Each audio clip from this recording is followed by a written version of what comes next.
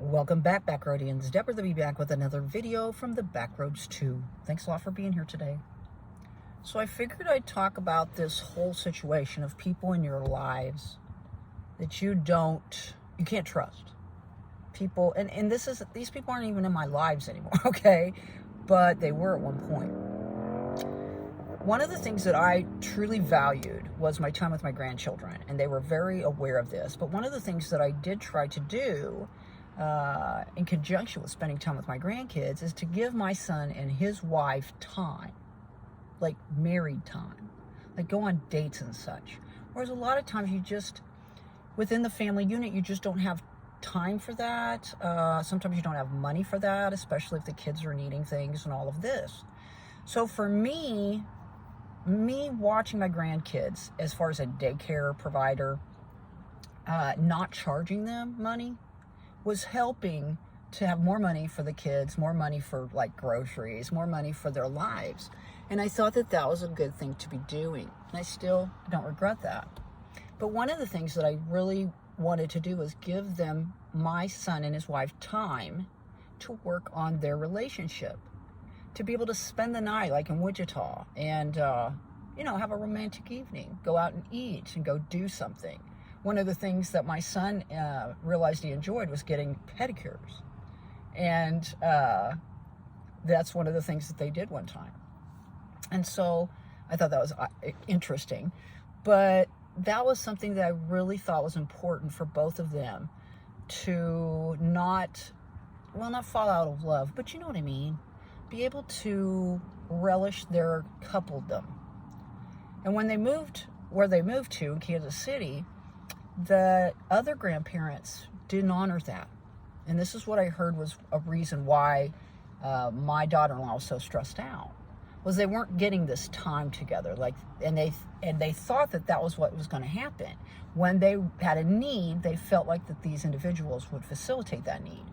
He works as a truck driver, makes really good money, and she's a widow and received, quite a bit of financial, I don't know what you would call it. I was going to say windfall, but you wouldn't necessarily say it like that. But I think she was getting a divorce and he died. So in a way, I guess if you looked at it that way, as far as her point of view, but she inherited or whatever you want to say, a ton of money as well.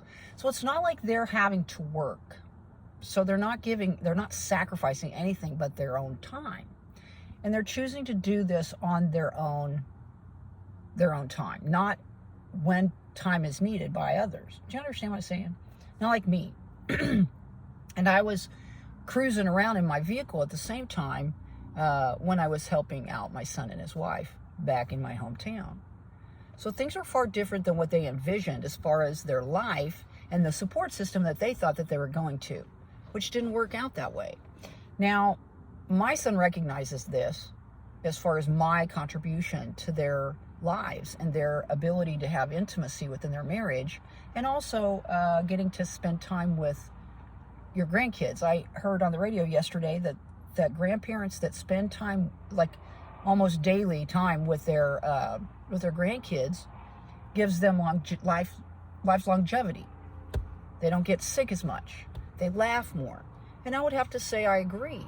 But at the same time, I think when people expect something out of you, and you don't come through because whatever your reasons, which I never really ever had any reasons, and if it was a reason why I couldn't help them out, it was an important reason, not just like I don't want to, that type of thing. So I find that living this life of solitude, away from people, is, well, according to this news thing, is shortening my lifespan, which I don't know. I mean, I don't know. I do laugh. I am happy. It's just a different kind of a happy, Now here's the rub, okay?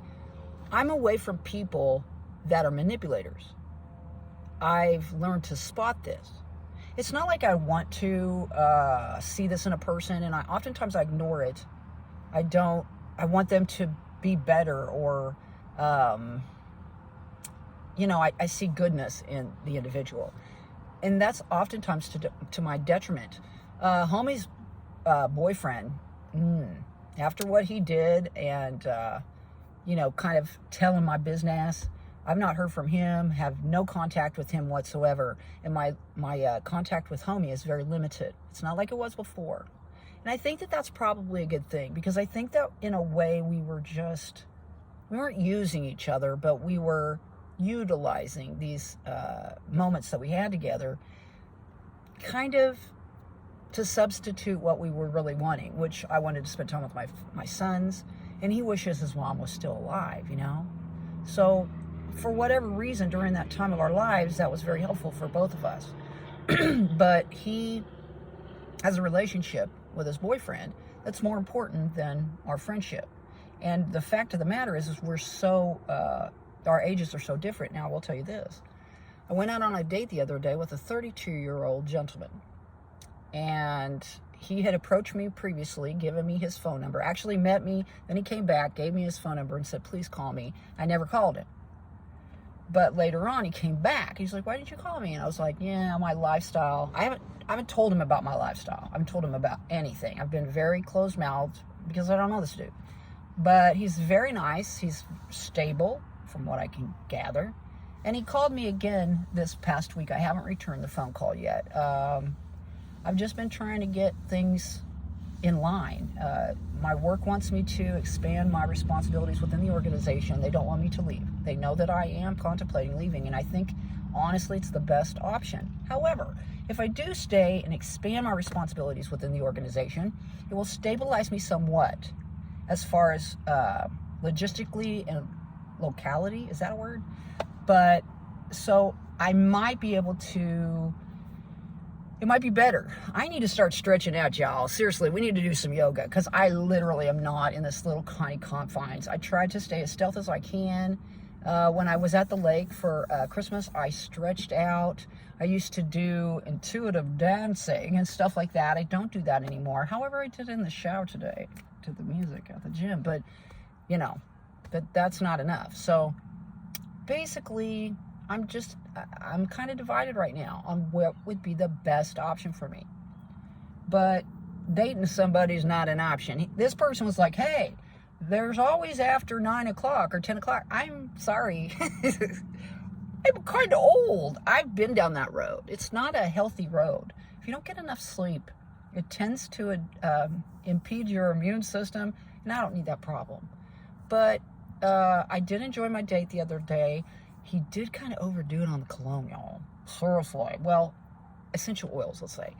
And I don't know if that was to take that scent with me. Also, there wasn't no kissing or nothing like that, y'all. I hugged him. I told him I was old school. And so, yeah, I look at physical intimacy a lot differently now than I did back in the day. You know, I'm a child of the 80s, y'all. We don't need to go there. Stories yet untold and probably will never be told to any of you. But anyway, well, I guess it depends how big this channel gets, which, again, that's not our objective. Our objective is to tell these little stories, and maybe you'll relate in some way, and maybe it'll help you throughout your day. Of course, I rhyme all the time, but yeah. So that's what we're doing right now. Also, if I do stay where I'm at and extend my responsibilities within the organization, I might be able to pursue this a little bit more fervently. Is that a word? I don't know. But anyway, that's it. This is the video.